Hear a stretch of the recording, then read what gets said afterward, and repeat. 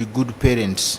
Sometimes parents are not good parents because we have not helped them well enough. But also preparing a parent who brings up a child to become a better parent should be a concern of many sections of our society. Now, professionals, I like it when people in the media, for instance, invite people to talk about parenting. What about other professionals? Are they thinking, for instance, an engineer who is making up a staircase, is he aware that there are some children that are going to use this staircase?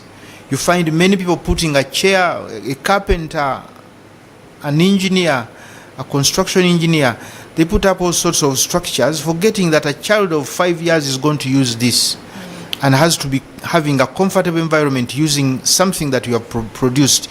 All that goes into parenting. The schools, how much parenting gets to happen in schools?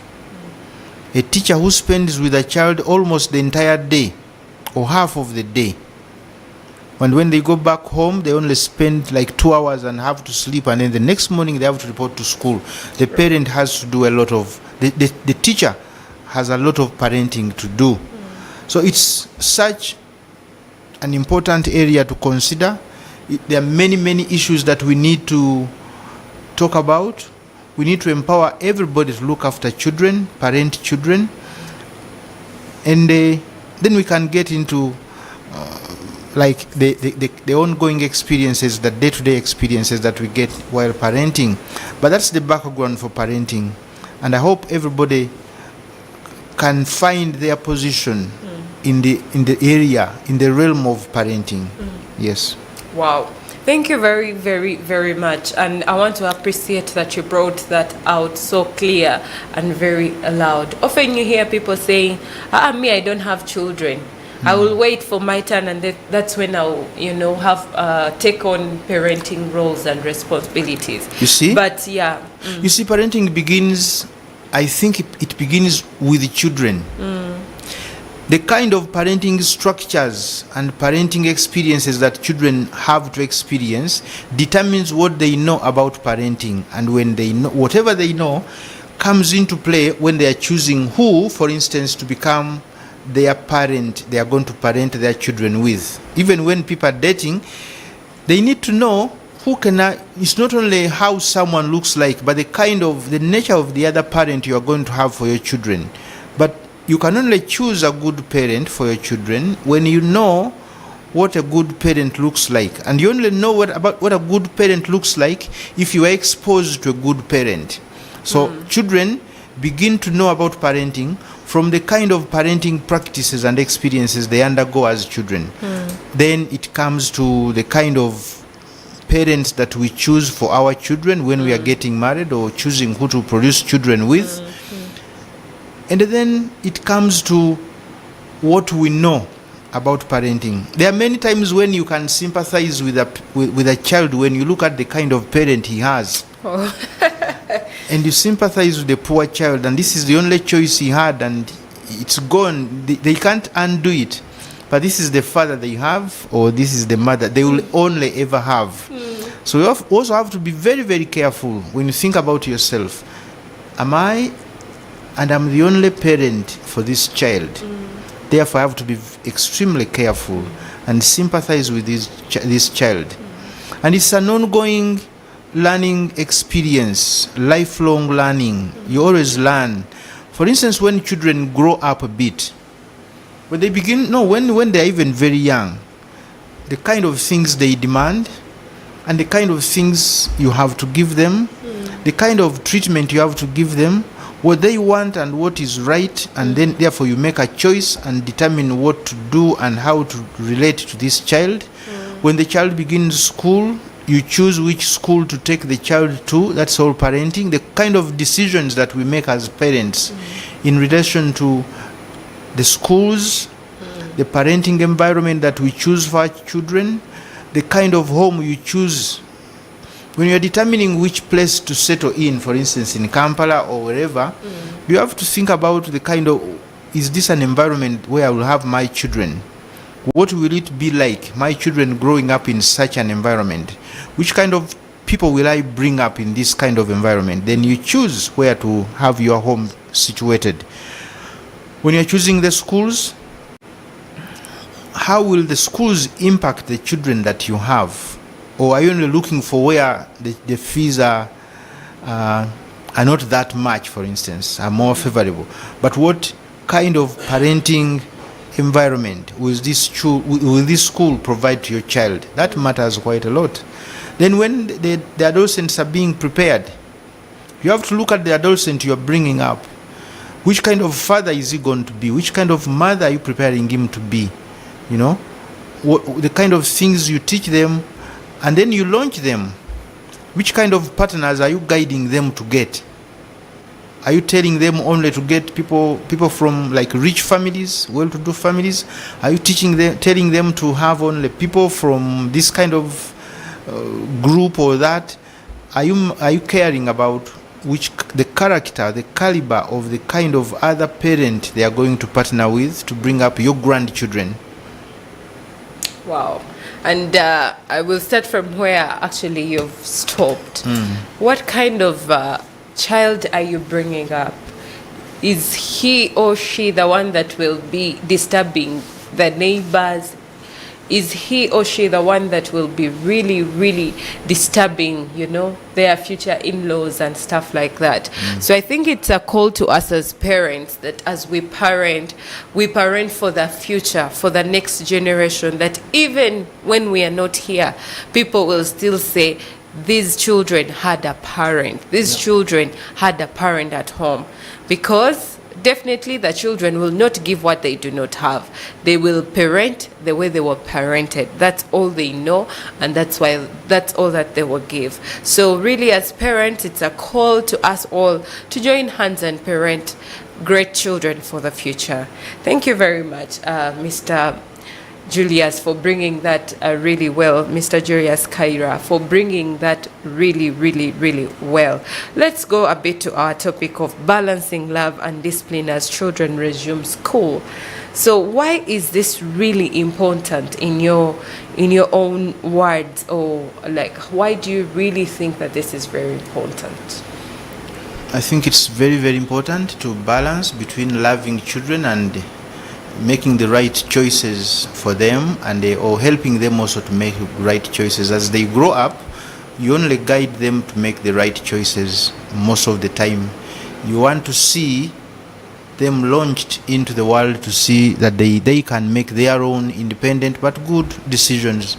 Now, we must love children. The Bible says, brings up children as gifts from God, and therefore look at how you handle this gift that God has given to you, God has given to your family, God has given to this community and the entire universe. So how do you bring up this gift to be useful to the community? Now, it's very, very important that we love our children, but we have to have responsible love for the children. Have you ever seen a parent treating or feeding a child as if the child is some kind of a doll? He gives it whatever the child asks for. He feeds it until when maybe there's just no more food. We need to be treating them like living beings, gifts. We treat them carefully and with honor. If they like this, you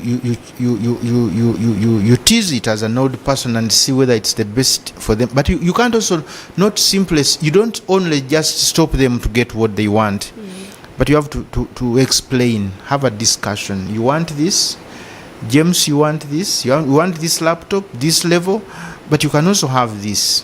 What if you have this? It will save us more money, and then, but it can serve your purpose. Instead of simply saying, take whatever you have asked for, even what they don't need. I've seen parents that take a mini supermarket to schools. Wow. He has a suitcase full of books and then another mini supermarket full of all sorts of merchandise. And you're treating this child like a mini supermarket, and he's going to be we were in some school, and the teacher told us that a child with this amount of money in his or her suitcase cannot concentrate in class. A young child with this amount of food stuff in their suitcase cannot concentrate in schools, in the class. So we need to be thinking about, there are some clothes, for instance, that children don't need at school, and they are going to be a distraction. So we have to handle these children with responsibility. We have to think about what we give them. We have to think about what we expose to them. We have to think about whatever. Because you may please this child now and lose him forever.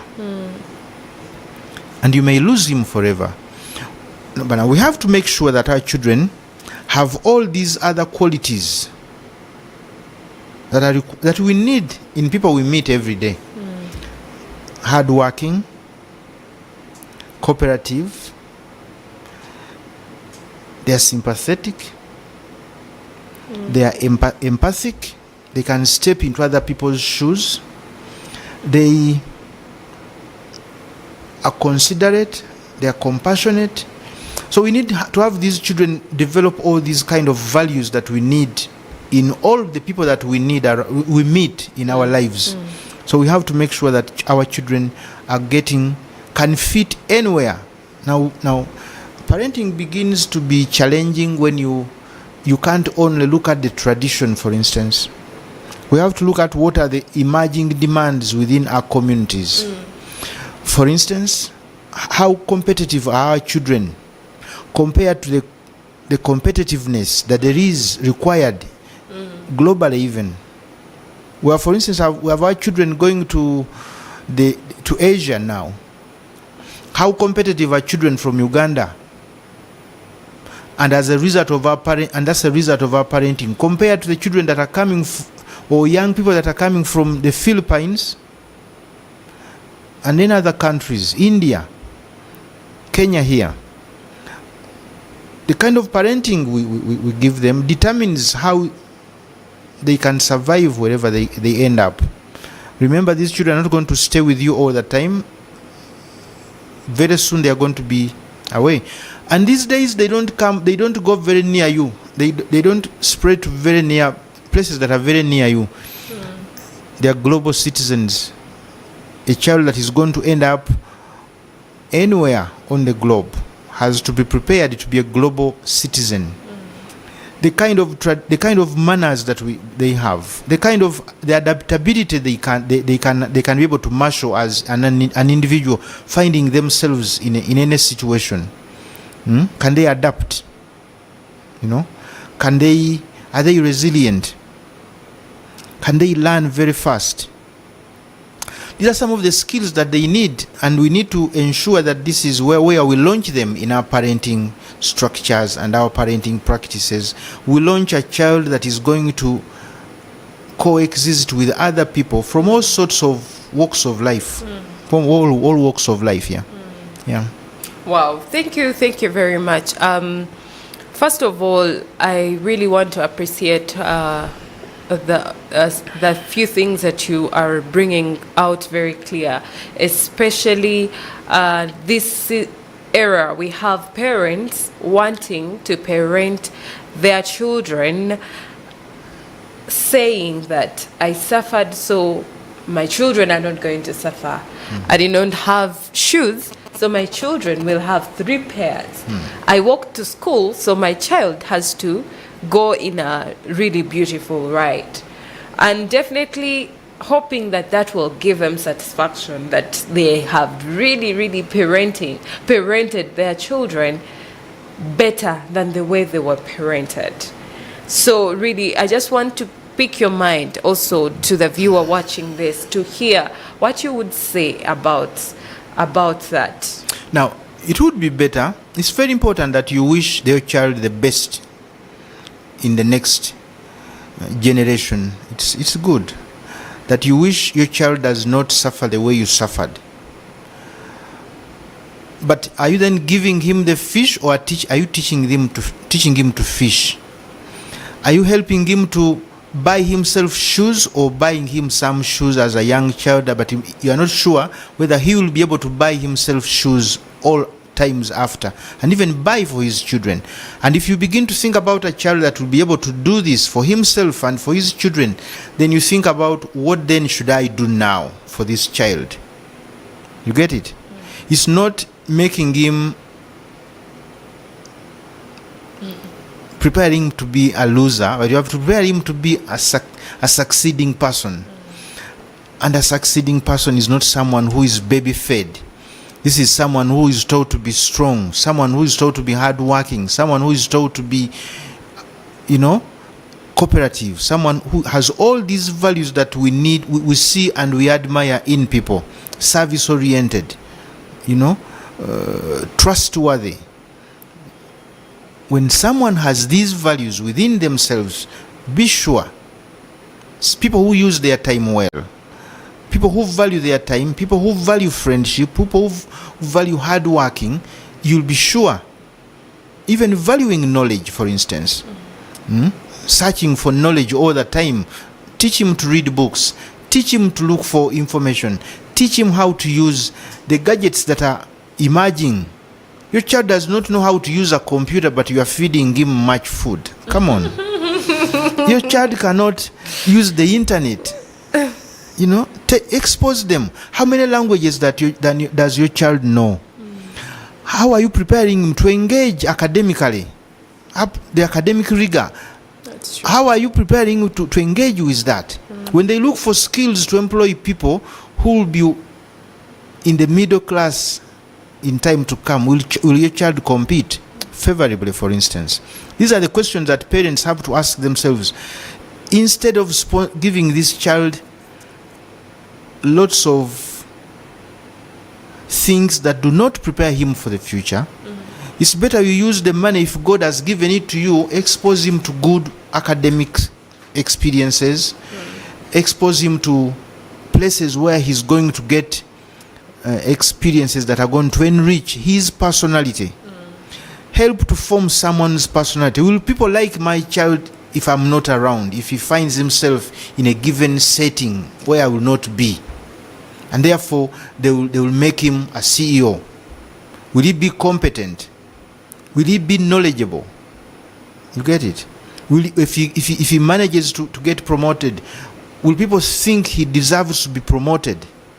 Will there be some addition he will be giving to the institution where he will find himself? These are the questions that parents have to ask themselves, instead of wasting them in the process of parenting them, thinking that they should give them unnecessary things, but they should give them quality parenting experiences that propel them into the future and make them champions of the future. Whenever their age mates will see them, they will think, this should be our leader. Exactly. This should be our CEO. Can feeding your child, giving him so many suitcases of items to eat at school, is this propelling him to be a leader in future? You have seen, and we don't want this, and it's kind of stupid that it's only children that suffer as children that become important people later on, and then children that have had a good quality of life as children, that is from families that are well to do, are always ending up in the trenches. This should not be like this. We should look at parenting, whether we are rich or we are not, such that all our children are succeeding in future. Yeah. Wow. Thank you very much. That is well said, and I know and I believe that a viewer has really taken something home for action. Yes, excuse me. Parents need to know, as they look for riches, as they look for money, they need to spend enough time to nurture their child, their children. Even if you are worth like $1 million and someone is worth half of that but has brought up their children very well and has given it time to parent their child, it's most likely that the children of someone with $500,000 will do much better. And that family will be launched better into the next space than the family that is having a lot of advantages now, but is not looking after their children, they're not parenting their children. It's most likely in the next generation, their children will not feature. And therefore the family might get scattered. Wow, that's bitter truth. Wow, thank you so much for bringing out that very clear. We really appreciate you. So, to the next, as a director, what do parents most worry about when children return to school? Yeah. I don't know whether they worry, because I don't see members of our community concerned about the kind of teachers that we have in schools. You don't see anybody concerned. Nobody is concerned about where the nature of teacher training colleges that we have in this country. Are they preparing teachers that are going to look after our children well in schools? Have you seen any effort to make a teacher training school look better? Look at the teacher training colleges that we had in the 60s and in the 70s. These were very, very strong institutions. Remember Nkozi, remember Busubizi, remember Ngola, remember, these places were centers of real formation. And the teachers of the 70s and the 80s, if you found a teacher who had a certificate 3, this was apparent. So you're asking me what parents seem to be worried about. I think they are worried about how children are fed at school. I think they are worried about whether teacher so and so likes my child or hates him.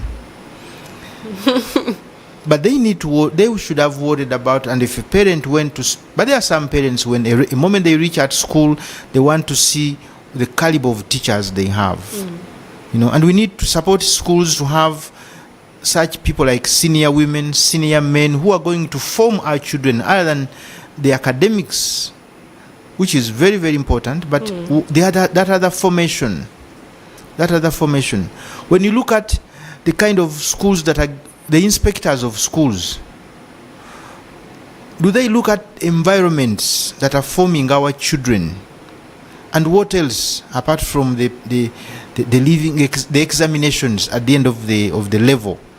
What else is happening in the schools that is forming these children? The kind of activities that are being suggested in schools, not that many are emphasized that are working on forming this child into an independent, self-reliant, integrated, young or future leader. You remember those debates. You remember those activities that would help nurture a child. We are allowing children to make all sorts of funny campaigns in schools. And this is how they are appreciating what leadership is like. And we are getting them to think that a leader is someone who has money. We are getting them to think that a leader is someone who is going to give out sweets. Not someone with knowledge, not someone well-behaved, not someone with a character that will inspire others into doing good things. Our values are skewed, I think. Wow. Thank you. And I appreciate that you're really, really bringing out things very clear and point blank, if I may use that. So as a parent, if you're watching this, I know you have a lot to carry home for action. I pray that we'll join hands together as parents to parent children the right way. Like the Bible says that we should train up our children in the way that they should go. And when they grow, they will never turn away from it. So please, let's join hands and parent the children for the future the godly way. We really, really appreciate. So how do you personally strike a balance between being a loving parent, and being a firm parent at home? When I'm explaining that, I'm now going to look like I'm doing everything right, which is not the case. I'm struggling with my children, but I think some of the things that can be helpful are, for instance, having discussions with children about what you think about what's going on, about what you think about what they are getting involved in. It's very bad that children fear you. As a parent, you should be one of the first people they think about telling anything that happens in their life. And you should treat it with the seriousness it deserves, and give it the attention it deserves, and try to understand it. Take time to, because these are different people. They are young people. Sometimes what they are thinking about is not something you have experienced. Some of the things they have seen are not things you saw as a young person, as a young person then. So you need to take your time, understand them, bring them close to you, let them not fear you. When you have something, you explain to them why you should be involved in their lives. That's important, because sometimes children wonder why we are so involved in their lives. We should be. We should be involved because we are their parents. And God gave them to us. If God gave you to me and chose you to be your father, I have to be in your life. There's a purpose why God chose me to be your father. And therefore, so we should not fear being with our children.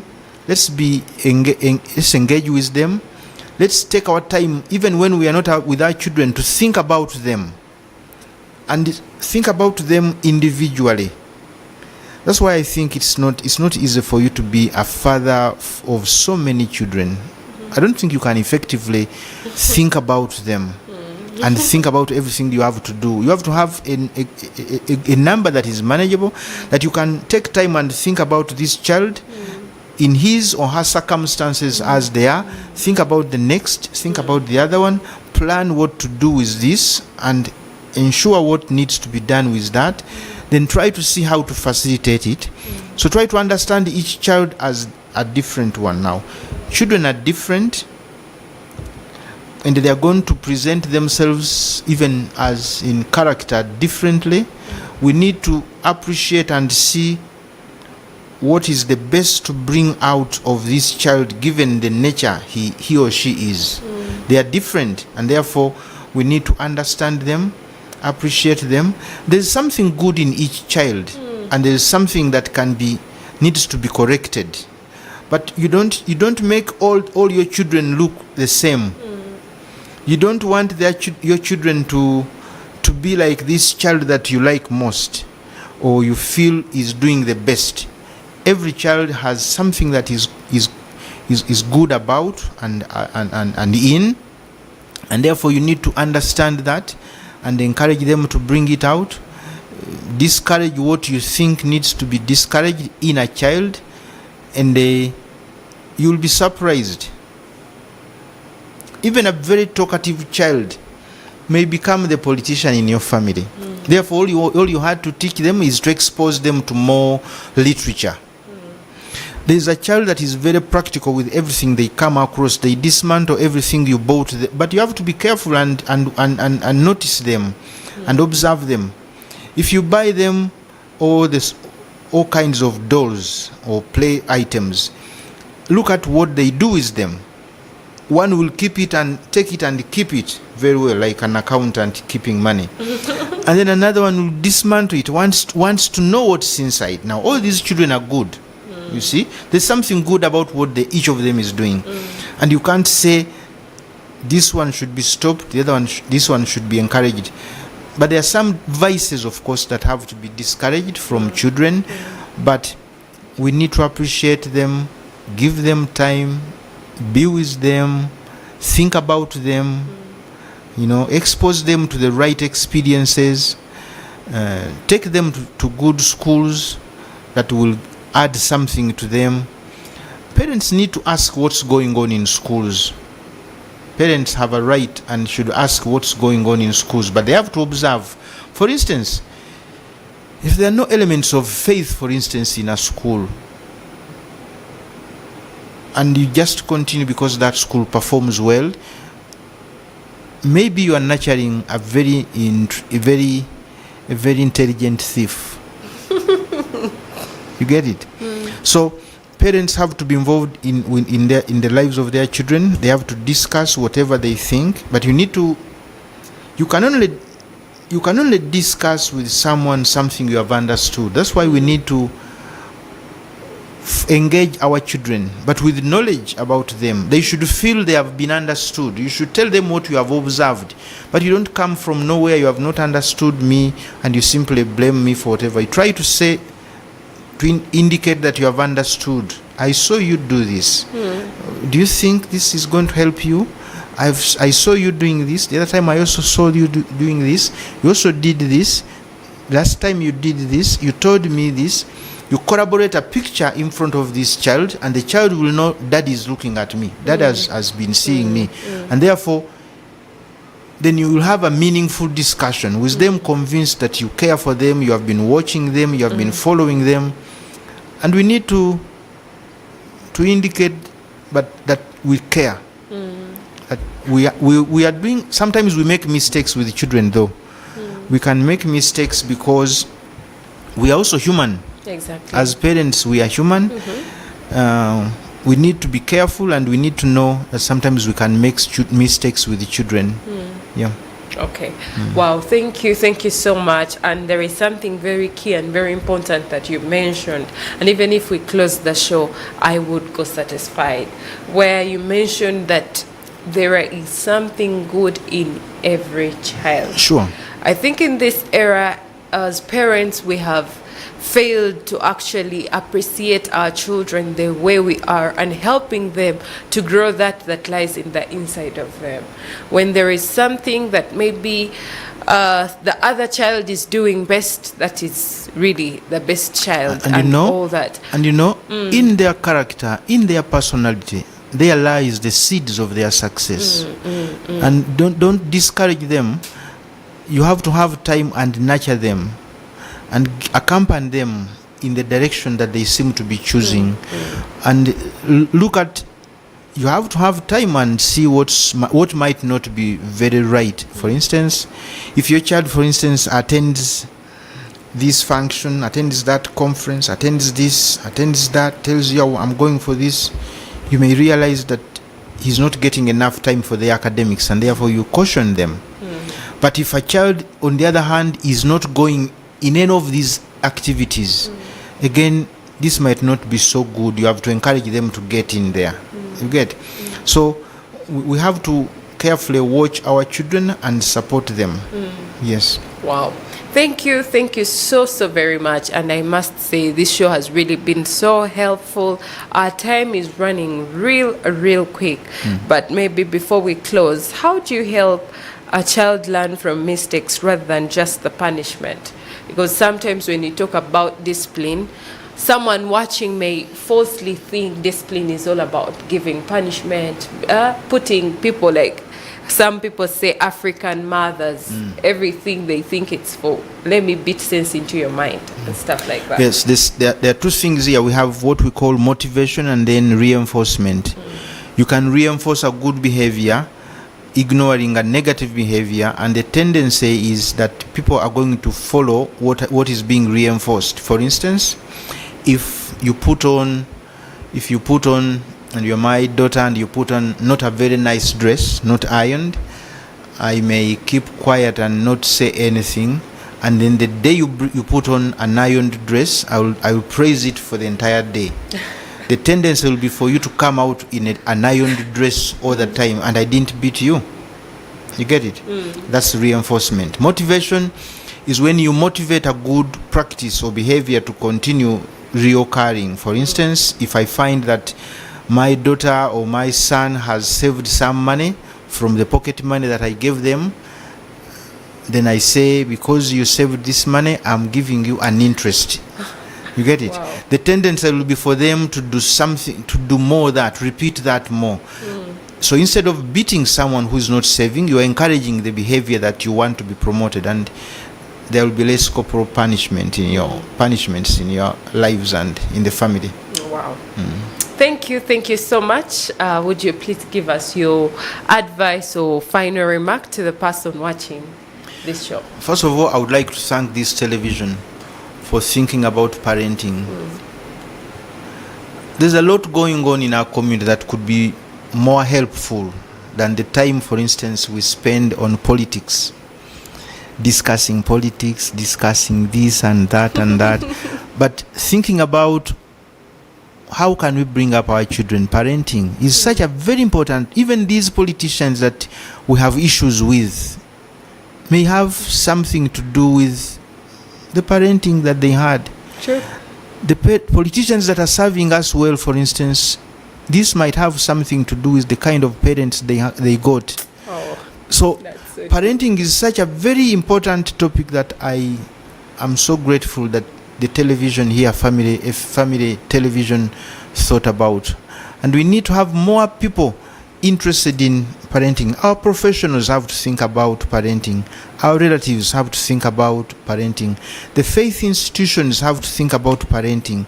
Non-governmental and non-government organizations, the schools, community, and then even police and our court system has to think about parenting. Then we are sure of having future, whichever good caliber of people you want to have in our country. With good parenting, you can be assured of having them.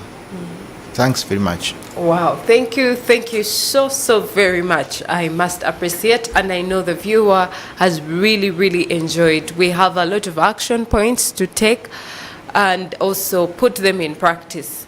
Lovely viewer, thank you so much for keeping it Church of Uganda Family TV. Thank you for loving me, the world's favorite host, and thank you very much for loving this show, Parenting. I will see you again next Thursday, same place, same time, definitely with different people, but do not change your station. We will be back next Thursday. I love you from the deepest part of my heart. It is a very good night.